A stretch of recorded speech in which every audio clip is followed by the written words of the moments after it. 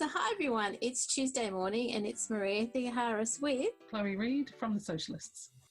Thank you so much, Chloe. Having a Sewcialist to give us an update once a week is just going to be such an inspiring way to start your day. Thanks for having us.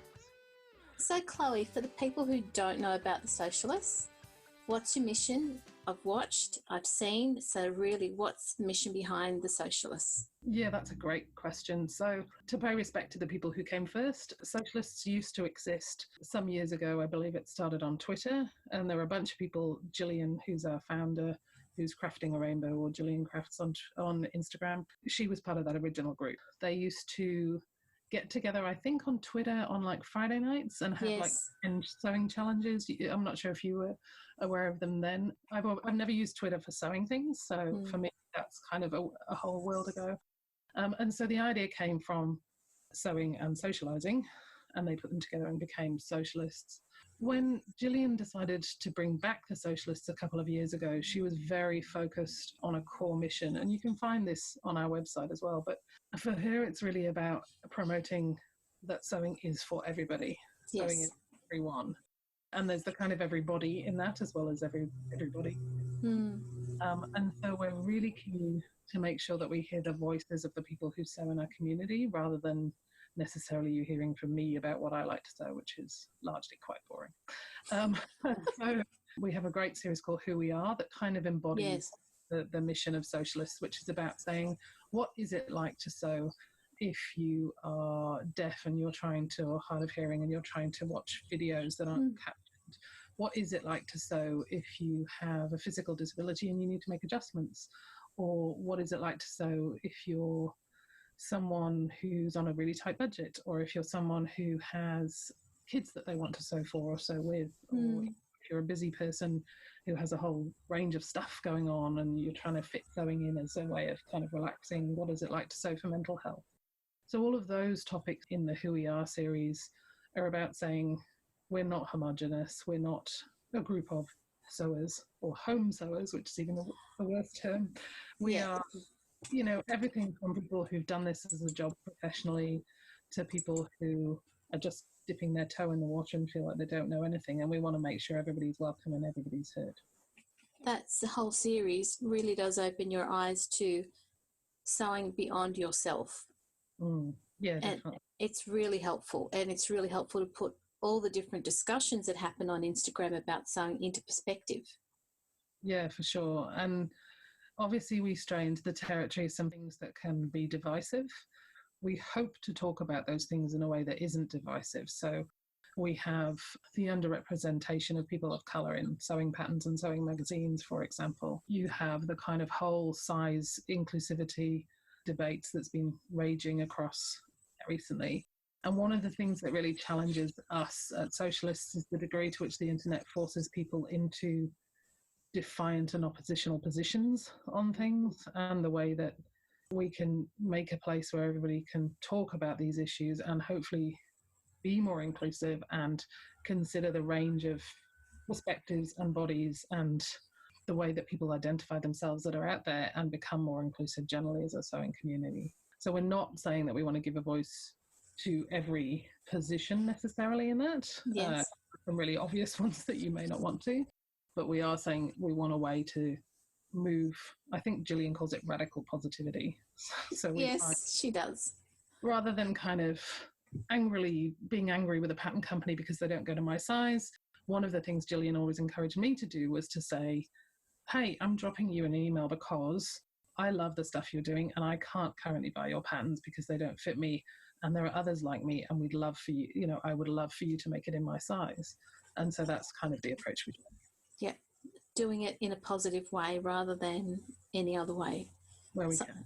Yeah, where you can. No, that's really good. Yeah, and it's reflected in the work that I've seen Sewcialists do, both on the website and on Instagram. Yeah, great. How long have you been working with Gillian? So it was after the reboot. It's a couple of years, basically, maybe. Okay. So she did the reboot and I kind of volunteered for the blog thing. Then in the tried and true theme month, I kind of said, I'm going to do a stats post if you want one. And she was like, yes. And then it became kind of her, me and Becky ending up doing it for a while, and we've expanded to have guest editors and stuff, so it's cool. I know that there's a mini challenge at the moment. Is that right? Yeah, that's correct. So what we try to do is run usually 4 theme months a year, and I'll probably talk a bit about that in a minute. Yep. And then in between times, because that's one every 3 months or so, we came up with the idea sometime last year of having a mini challenge. They usually run from Wednesday to Sunday, and they're meant to be about going, yeah, I'm going to sew something next weekend and just, picking inspiration from the challenge. So our first one, I think we had power words, and we had a kind of quite cool, very magic 8-ball quiz that let you pick your word. We've had a couple since then, one based on texture, I think, from memory, and this one is sew your birth year. So one of our previous temporary editors, we have people who come and be editors with us for 6-month stints, Jacinta, she came up with that idea, and it's a hilarious amount of fun to look at the fashion from the year you were born. So we've just extended that mini challenge to be essentially another week. So it now runs till the following Sunday. I think for us this time, we almost didn't want to run one because of all the stuff that's happening all around the world, obviously with COVID-19. And then we said, actually, it's kind of a great time to run one. It's a great time to connect with each other. A lot of us are inside going, oh, well, okay, well, I better sew then.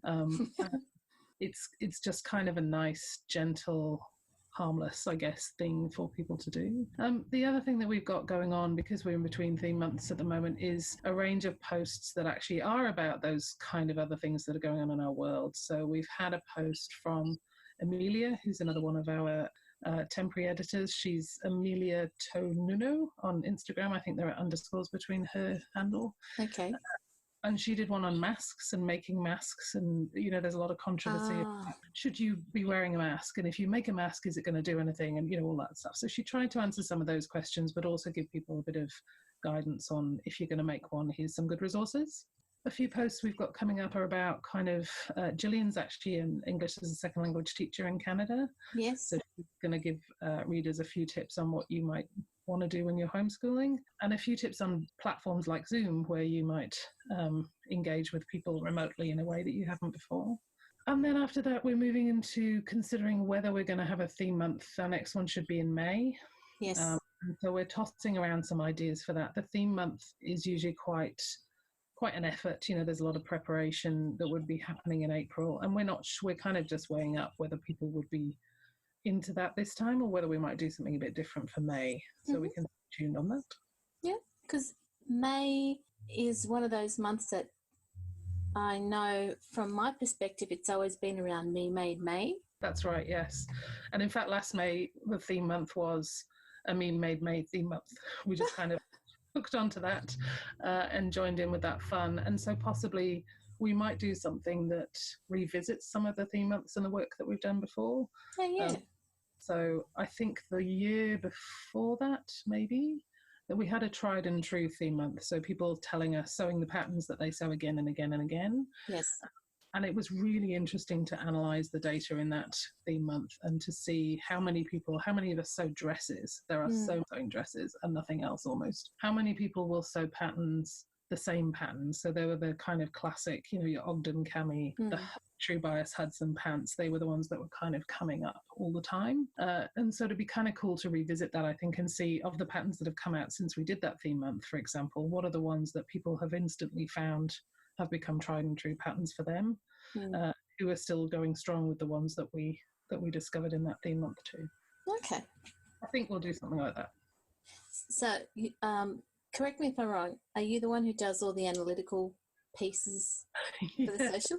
Because you sound like it.